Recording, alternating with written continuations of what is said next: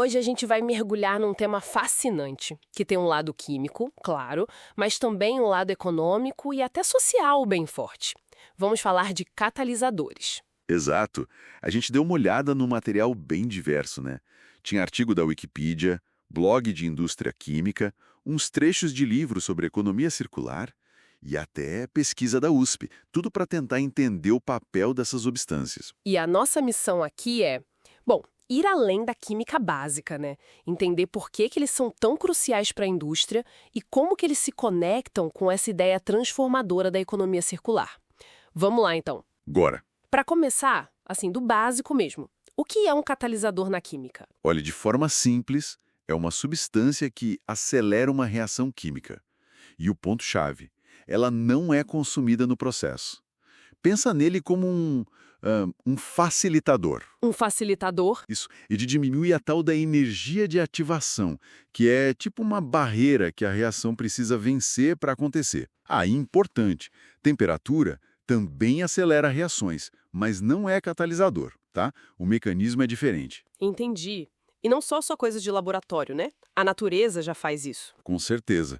As enzimas no nosso corpo, por exemplo, são catalisadores biológicos essenciais para um monte de reações bioquímicas. E olha, a gente usa catalisadores mesmo sem saber há milênios.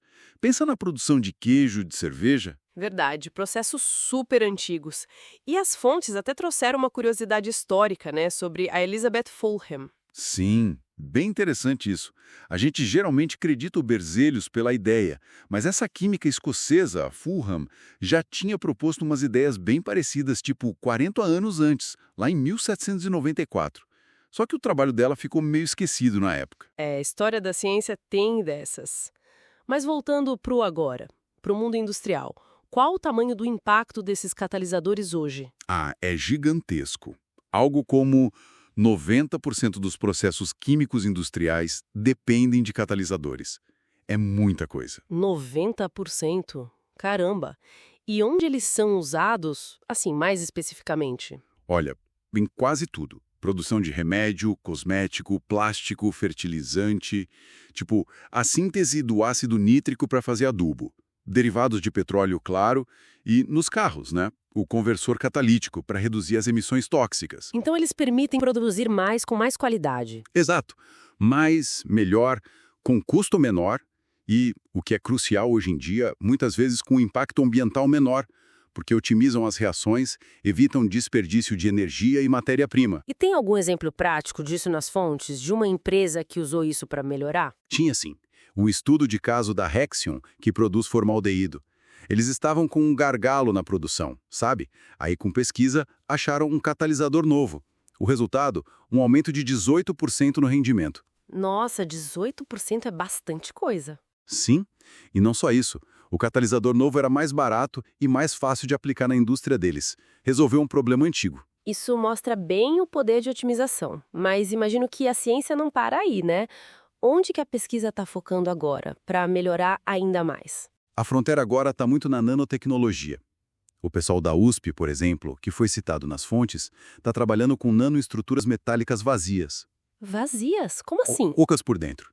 E são minúsculas, milhares de vezes menores que um fio de cabelo. Isso faz com que a área de superfície de contato seja gigantesca. Ah, entendi. Então, mais área exposta? Isso. Mais átomos do catalisador ficam disponíveis para a reação acontecer. Assim, você precisa de menos material, que muitas vezes é caro, tipo metais nobres, para ter o mesmo efeito ou até um efeito melhor. Mais eficiência. Faz sentido. E agora a parte que conecta tudo. Como que essa ciência toda, esses aceleradores químicos, entram na história da economia circular? Parece um pulo meio grande. Mas é uma conexão direta e bem poderosa. A economia circular, basicamente, quer acabar com a ideia do lixo, né? Manter os materiais em uso o máximo possível. É o contrário do modelo linear. Extrair, usar e jogar fora. Certo. E os catalisadores são, assim, ferramentas-chave para viabilizar essa transição. De que forma exatamente? De várias. Um exemplo é um modelo de negócio chamado Chemical Leasing. Em vez de vender o produto químico, o catalisador em si, a empresa vende o serviço que ele presta. Vende o serviço. O fornecedor é pago pela performance, pelo resultado. Isso alinha os interesses. Todo mundo quer usar o mínimo possível do químico e otimizar o processo ao máximo. A Ecolab fez isso com sucesso em hotéis, indústrias de bebidas, reduziu o custo e desperdício para todo mundo. Nossa, isso muda totalmente a lógica do negócio. Foca no resultado, não no volume. E quanto aos resíduos? O lixo mesmo. Aí os catalisadores são essenciais para transformar esses resíduos em recursos, o famoso waste to value. Eles permitem, por exemplo, produzir biogás a partir de lixo orgânico ou biodiesel a partir de óleo de cozinha usado. Aham. E a biotecnologia entra forte aí também, usando enzimas que são os biocatalisadores. Dá para converter resíduo agrícola em bioplástico, tipo o PHA, ou em óleos especiais para fazer biocombustível, como uma empresa chamada Neobio faz. Então, peraí.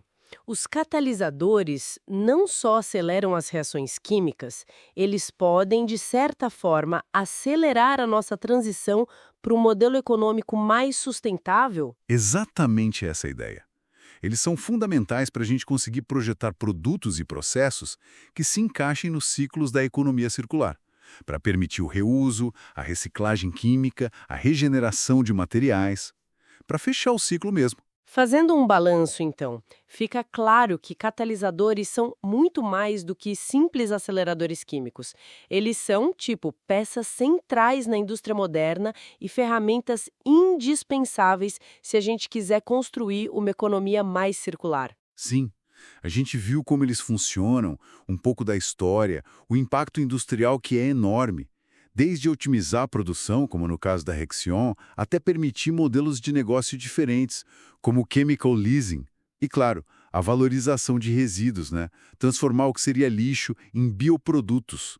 E a pesquisa em nanoestruturas ainda promete mais eficiência pela frente. Isso tudo deixa a gente com uma reflexão final, eu acho.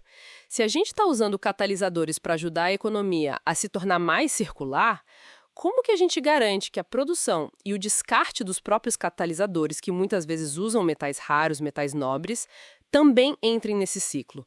Como tornar os próprios catalisadores circulares?